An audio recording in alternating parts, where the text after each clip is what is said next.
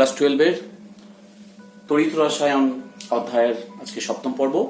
এই পর্বে আমরা পড়ব যে কোনো একটি কোষ বিক্রিয়া দেওয়া আছে, সেই কোষ বিক্রিয়াটি কি ঘটা সম্ভব না ঘটবে না, তার শর্ত কি। কোন কোষ বিক্রিয়া ঘটবে কি ঘটবে না সেটা ঘটার শর্ত হলো তার ডেল জি ভ্যালু, অর্থাৎ গিবস ফ্রি এনার্জির পরিবর্তন, মুক্ত শক্তির পরিবর্তন, এটা নেগেটিভ হবে। সেই বিক্রিয়াটির গিবস মুক্ত শক্তির পরিবর্তনটা নেগেটিভ হবে। যদি নেগেটিভ হয় তাহলে আমরা বলতে পারি সেই বিক্রিয়াটি স্বতঃস্ফূর্ত ভাবে ঘটা সম্ভব, স্বতঃস্ফূর্ত ভাবে ঘটবে। যদি পজিটিভ হয় তাহলে স্বতঃস্ফূর্ত ভাবে ঘটবে না, এবং যদি জিরো হয় তাহলে বোঝা যাবে সেই বিক্রিয়াটি সাম্যাবস্থায় রয়েছে, সাম্যাবস্থায় রয়েছে। তাহলে কি করে বের করব ডেল জি ভ্যালু? ডেল জির সাথে ই সেলের একটা সম্পর্ক আছে। Del G equals to minus n F E cell. এখানে এন মানে কি? এন মানে ওই বিক্রিয়াতে যতগুলি ইলেকট্রন ইনভলভ হয়েছে, তার মানে ইলেকট্রন সংখ্যা। এফ মানে কি?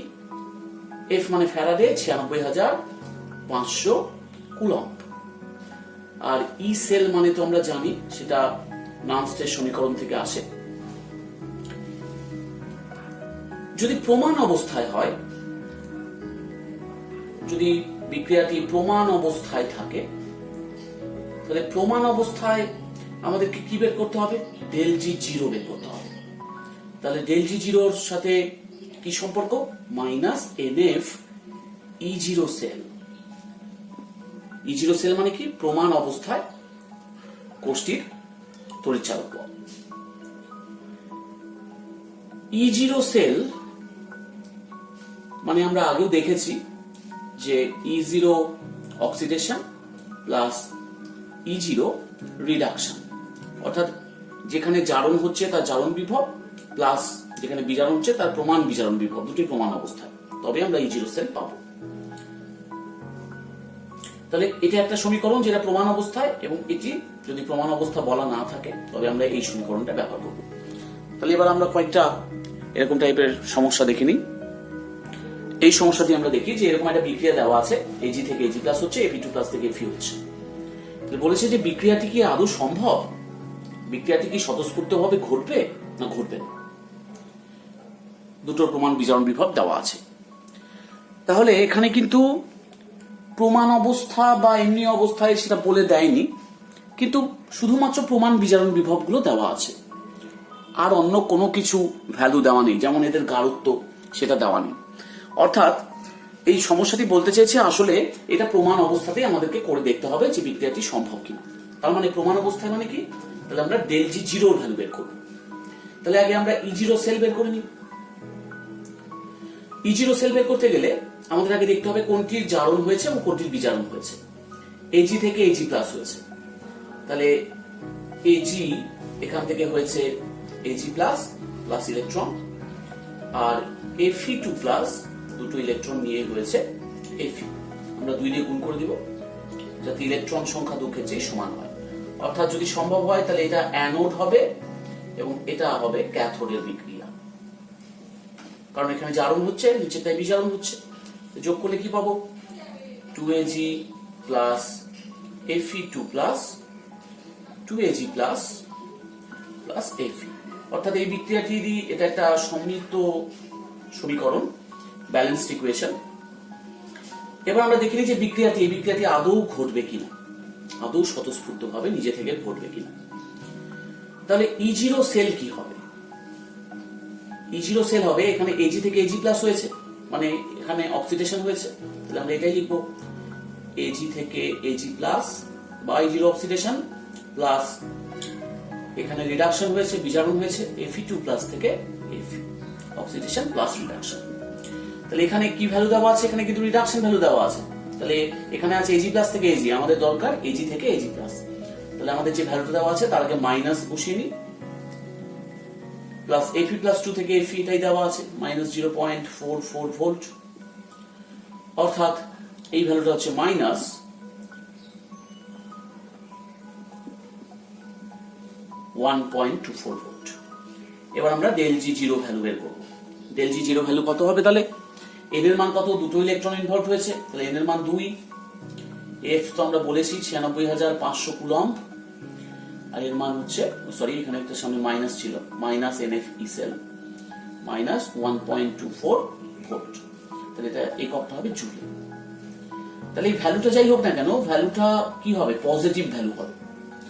তা পজিটিভ যদি ভ্যালু হয় তাহলে আমরা কি বলবো? আমরা দেখেছিলাম এর আগেই যে পজিটিভ ডেল জি জিরোর ভ্যালু যদি পজিটিভ হয় তাহলে আমরা বলতে পারি যে বিক্রিয়াটি স্বতঃস্ফূর্তভাবে ঘটবে না। তাহলে আমরা সেটাই লিখি, বিক্রিয়াটি স্বতঃস্ফূর্তভাবে ঘটবে না, অর্থাৎ বিক্রিয়াটি স্বতঃস্ফূর্ত মানে নিজে থেকে আদৌ ঘটা সম্ভব হবে না, মানে এই বিক্রিয়াটি সম্ভব নয়। পরের প্রশ্নে চলে আসি। প্রমাণ অবস্থায় নিচের বিক্রিয়াটি স্বতঃস্ফূর্তভাবে ঘটবে কি? এখানে কিন্তু প্রমাণ অবস্থা বলে দিয়েছে, তার মানে আমাদের দেখতে হবে ই0 সেল এবং ডেল জি জিরো ভ্যালু। তাহলে আমরা আগে অ্যানোড এবং ক্যাথোডের রিঅ্যাকশন দেখে নিই। এফি থেকে এখানে হচ্ছে Fe2+ প্লাস দুটো ইলেকট্রন, অর্থাৎ বিক্রিয়াটি ঘটলে পরে এটি অ্যানোড হবে। তাহলে ক্যাথোড কোনটি হবে? ক্যাথোড হবে Mg2+, দুটো ইলেকট্রন নিয়ে Mg। তাহলে Fe plus Mg2+, Fe2+ plus Mg। তাহলে এতে কিছু ই0 সেল কত হবে? ই0 সেল হবে ই0 যা জারণ হয়েছে সেটা লিখবো, Fe থেকে Fe2+ প্লাস Mg2+ থেকে Mg হয়েছে এখানটায়। তাহলে Fe থেকে Fe2+ হয়েছে, কিন্তু এখানে তো বিজারণ বিভব দেওয়া আছে, তাহলে আমরা তার জারণ বিভবটা লিখবো। আর Mg2+ থেকে Mg এটা কত? -2.37 ভোল্ট, অর্থাৎ এই ভ্যালুটা কত হবে? এই ভ্যালুটা কিন্তু নেগেটিভ ভ্যালু আসবে, এই ভ্যালুটা আসবে নেগেটিভ ভ্যালু, এবং এখানটায় আসবে 1.93 -1.93 ভোল্ট। তাহলে ই0 সেল ভ্যালু বেরিয়ে গেল। যেহেতু প্রমাণ অবস্থায় বলেছে তাহলে আমরা ডেল জি জিরো ভ্যালু বের করব। ডেল জি জিরো ভ্যালু কি?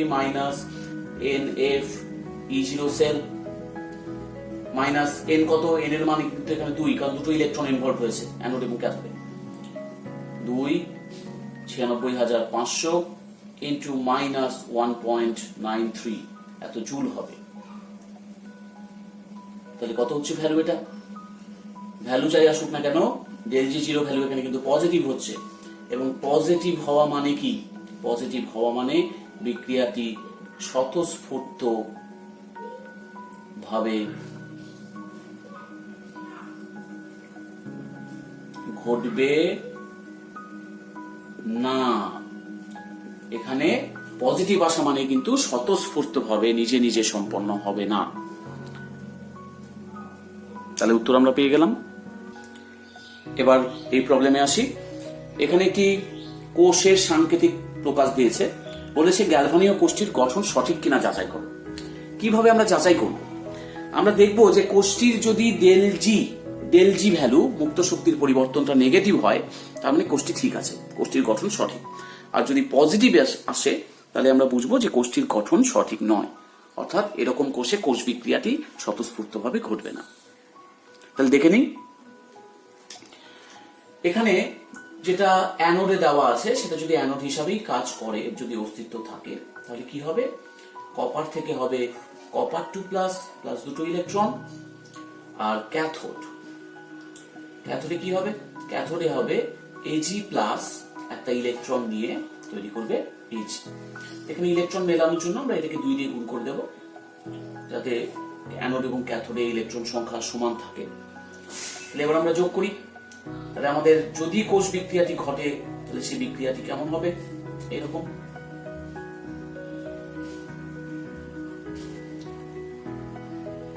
এখানে কিন্তু প্রমাণ অবস্থা বলেনি এবং গাঢ়ত্ব দেওয়া আছে। যেহেতু গাঢ়ত্ব দেওয়া আছে, এখানে আমাদের ডেল জি জিরো ভ্যালু মানে প্রমাণ অবস্থায় করলে হবে না, আমাদেরকে প্রকৃত অবস্থায় অর্থাৎ ই সেল, তারপরে আমরা তার থেকে ডেল জি ভ্যালু বের করব। তাহলে ই সেল বের করতে হবে। তাহলে নার্নস্টের সমীকরণ প্রয়োগ করি। E cell equals to E zero cell minus, এখানে আমরা ধরে নিই 25 ডিগ্রি সেলসিয়াস। 25 ডিগ্রি সেলসিয়াস না হলে আমাদের টেম্পারেচার লিখতে অসুবিধা হবে।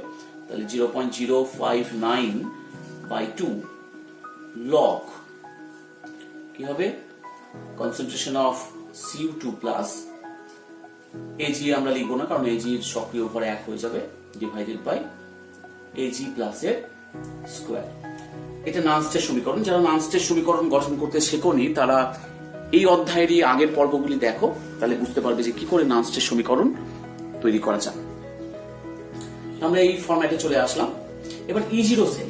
ই জিরো সেল মানে কি, ই জিরো অফ অ্যানোড মানে যেখানে জারণ হচ্ছে Cu থেকে Cu2 plus, plus E zero of cathode মানে এজি প্লাস থেকে এজি, এটা মিলে হয় E zero cell minus 0.059 by 2 log. এবার কপার 2 প্লাসের কনসেন্ট্রেশন কত ছিল, 0.13 মোলার, আর এজি প্লাসের কনসেন্ট্রেশন ছিল 0.01 স্কোয়ার হবে যেহেতু স্কোয়ার ছিল। Cu থেকে Cu2 প্লাস, এখানে আছে বিজারণ বিভব, তাহলে আমাদের জারণ বিভব লিখতে হবে minus 3.34 volt, plus AG plus থেকে এজি আছে 0.80 ভোল্ট। এদিকে আমরা ক্যালকুলেশন করব, এদিকে ভ্যালুটা আসবে 0.09, এখানে 18 আসছে, আমরা 2 বসিয়ে দিই।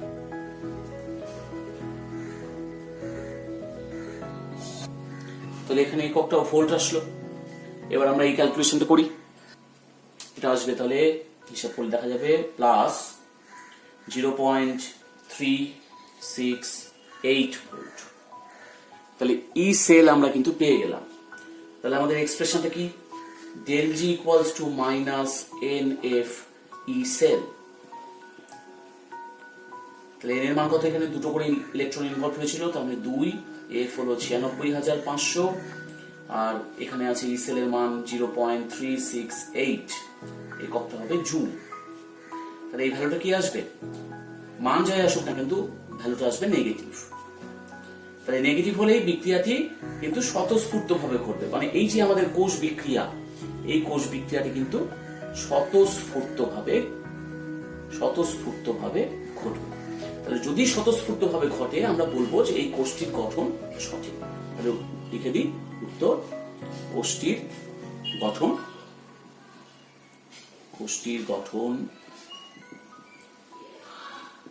সঠিক। আর যদি এই বিক্রিয়াটি স্বতঃস্ফূর্ত না আসতো, অর্থাৎ এখানে যদি পজিটিভ আসতো, তার মানে তো এই বিক্রিয়াটি স্বতঃস্ফূর্ত আসবে না, তখন আমরা বলবো যে না, কোষটির গঠন সঠিক নয়। এবার আমরা আসি সাম্য ধ্রুবক। গ্যালভানীয় কোষগুলিতে যে কোষ বিক্রিয়া চলছে, সেই কোষ বিক্রিয়ার সাম্য ধ্রুবকের মান যদি নির্ণয় করতে বলে, তাহলে আমরা কি করে নির্ণয় করব? তাহলে কোনো বিক্রিয়ার সাম্য ধ্রুবক কিন্তু প্রমাণ মুক্ত শক্তির পরিবর্তনের উপর নির্ভর করে।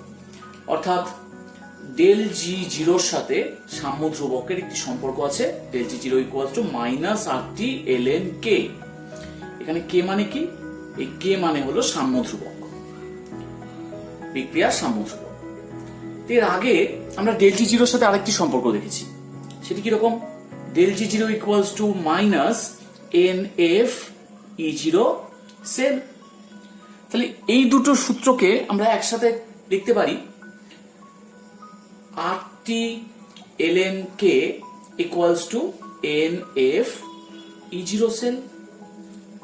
অতএব ln k equals to NF E0 cell by RT।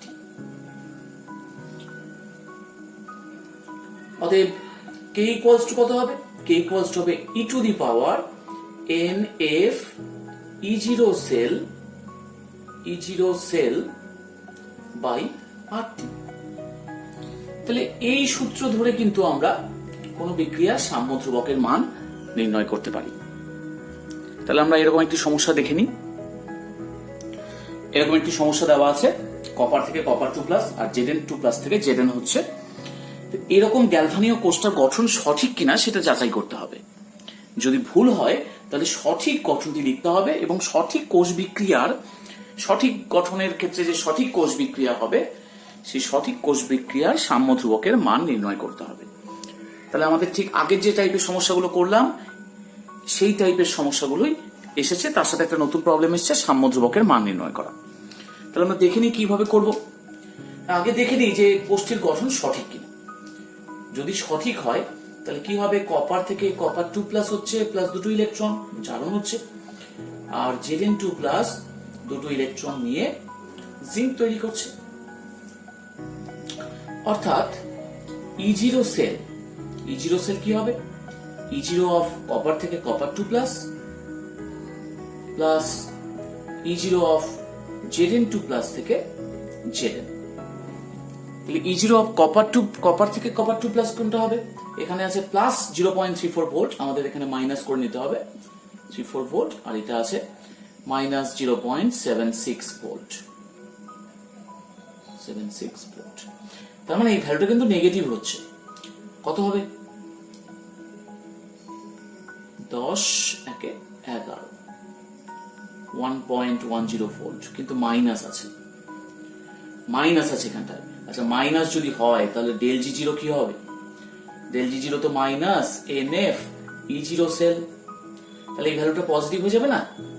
যদি পজিটিভ হয় তাহলে কিন্তু এই বিক্রিয়াটা স্বতঃস্ফূর্তভাবে ঘটবে না, অর্থাৎ এই কোষটার গঠন সেক্ষেত্রে কিন্তু সঠিক নয়। আমরা বলে দিতে পারি যে কোষটার গঠন সঠিক নয়। তাহলে সে বলেছে যে ভুল হলে সঠিক গঠনটি লেখো। তাহলে সঠিক গঠন কি করে লিখবো, সঠিক গঠন ঠিক উল্টো হবে, মানে যেটাকে আমরা অ্যানোড বলেছিলাম সেটা অ্যাকচুয়ালি ক্যাথোড হবে, আর ক্যাথোডটা হবে অ্যানোড। মানে এখানটায় হবে Zn থেকে হবে Zn2+ প্লাস দুটো ইলেকট্রন, ঠিক এই যে এই বিক্রিয়াটার উল্টো, আর এখানে হবে কপার 2+ দুটো ইলেকট্রন নিয়ে কপার। টোটাল বিক্রিয়া কি হবে, Zn plus Cu2+ Zn2+ plus Cu। এক্ষেত্রে আমরা দেখে নিই E0 সেল কত হয়। তাহলে E0 সেল ইকুয়ালস টু, আমরা দেখো এখানে Zn থেকে Zn2+ হয়েছে, তাহলে আমরা লিখতে পারি E0 অফ Zn থেকে Zn2+ plus E0 of Cu2+ থেকে Cu। তাহলে Zn থেকে Zn2+ কত আছে, মাইনাস, এখানে ছিল মাইনাস, তাহলে এখানে হয়ে যাবে প্লাস 0.76 ভোল্ট, আর কপার 2+ থেকে কপার প্লাস 0.34 ভোল্ট, তার মানে প্লাস 1.10 ভোল্ট। তাহলে ডেল G0 ভ্যালু কত হবে, del G0 value minus NF E0 cell. তাহলে এখানে যেহেতু পজিটিভ এসছে ডেল G0 ভ্যালু কিন্তু নেগেটিভ আসবে। নেগেটিভ যদি আসে আমরা বলতে পারি যে এই বিক্রিয়াটি সঠিক আছে, তাহলে এটি একটি সঠিক কোষ বিক্রিয়া। তাহলে সঠিক কোষ বিক্রিয়া, তাহলে কোষটার গঠনটা কি হবে সঠিক, কোষটার গঠন হবে Zn থেকে Zn2+ anode salt bridge, copper 2+ থেকে কপার, অর্থাৎ এইটা হবে সঠিক কোষের গঠন। এবার আমরা এই সঠিক কোষ বিক্রিয়াটির ক্ষেত্রে সাম্য ধ্রুবকের মান নির্ণয় করব। আমি এগুলো মুছে দিই। তাহলে কি করে বের করা যাবে, আমরা জানি RT-ln-K equals to NF E0 cell. তাহলে ln-K equals to NF E0 cell by RT। তাহলে n এর মান কত, এখানে দুটো করে ইলেকট্রন ইনভলভ হয়েছে মানে 2, এটা হবে 96,500। E0 সেল কত বেরোলো, E0 সেল আমরা বের করেছিলাম, মুছে দিয়েছি আমি এখানটায়, আমি বের করেছিলাম 1.10 ভোল্ট, পজিটিভ এসেছিল। আচ্ছা ডিভাইডেড বাই RT আছে, এখানে টেম্পারেচার যদি বলে দেওয়া না থাকে আমরা ধরে নেব যে এটা 25 ডিগ্রিতে, তাহলে 8.314 জুল, আর 25 ডিগ্রি মানে 298 কেলভিন। তাহলে এটা কত হবে,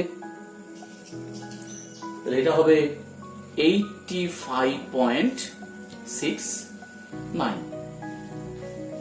688 ছিল, 9 লিখে নিলাম। তাহলে এত ভ্যালু আসলো। তাহলে অতএব K ইকুয়ালস টু কি দাঁড়াবে, K equals to e to the power 85.69, তাহলে কত ভ্যালু আসছে দেখি। ভ্যালুটা আসছে 1.6 into 10 to the power 37, 1.6 into 10 to the power 37। তাহলে এটাই আমাদের কে এর অ্যান্সার, অর্থাৎ সাম্য ধ্রুবকের মান। এখানে কোনো একক লেখার বিষয় নেই, শুধু ভ্যালুটা বের করে দিতে পারলেই হবে। এবার আমরা আসি তড়িৎ প্রবাহ জনিত কৃতকার্য বা বৈদ্যুতিক কার্য। এটা কিরকম?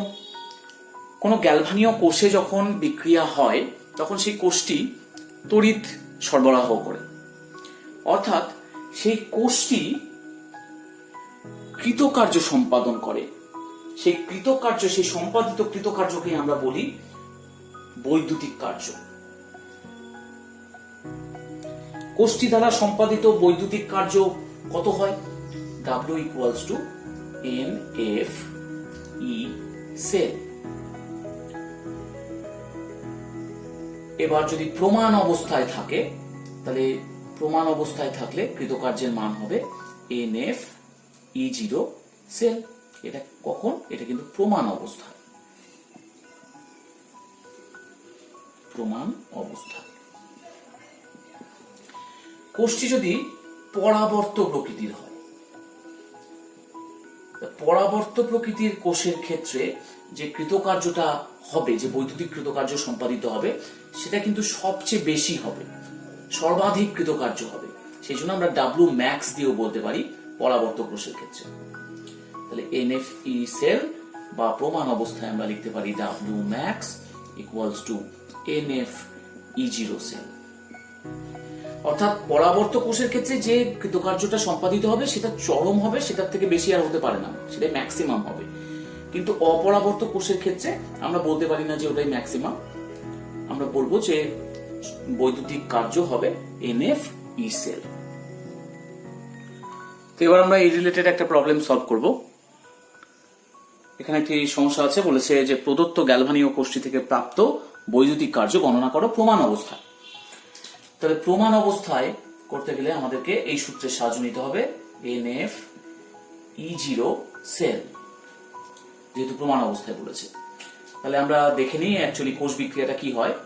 তাহলে এখানে Mg থেকে Mg2 প্লাস 2e হয়, এটা অ্যানোডে, এবং ক্যাথোডে হয় Ag প্লাস, একটি ইলেকট্রন নিয়ে Ag আমরা 2 দিয়ে গুণ করব, কারণ ইলেকট্রন সংখ্যা অ্যানোড এবং ক্যাথোডে দুই ক্ষেত্রে সমান হতে হবে। তাহলে এরকম হলো। তাহলে এক্ষেত্রে আমাদের E0 সেল কি হবে?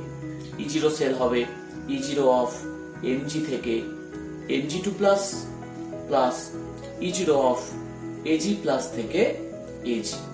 তাহলে Mg থেকে Mg2 প্লাস কত হচ্ছে? মাইনাস আছে, তার মানে প্লাস হয়ে যাবে, প্লাস 2.36 ভোল্ট প্লাস 0.80 ভোল্ট। তাহলে 8 9 10 11 1 নামলো, হাতে থাকলো 1 2 1 3, 3.16 ভোল্ট পজিটিভ হলো কিন্তু এটা। তাহলে W ইকুয়ালস টু N এর মান কত? এখানটায় দুটো ইলেকট্রন ইনভলভ হয়েছে, 2 96500 ইন্টু 3.16, এত কি হবে? এত জুল হবে। তাহলে গুণ করলে এটা উত্তরটা আসবে 609.88 জুল।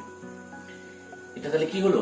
এটা কিন্তু ওই কোষটি দ্বারা সম্পাদিত কার্য, ওই কোষটি দ্বারা সম্পাদিত কার্য, তার মানটা দাঁড়ালো 609.88 জুল। আজকের পর্ব এখানেই শেষ। পরবর্তী পর্বগুলি দেখতে থাকো, তাতে আমি এই তড়িৎ রসায়নের পরবর্তী অংশগুলো বিস্তারিতভাবে আলোচনা করব।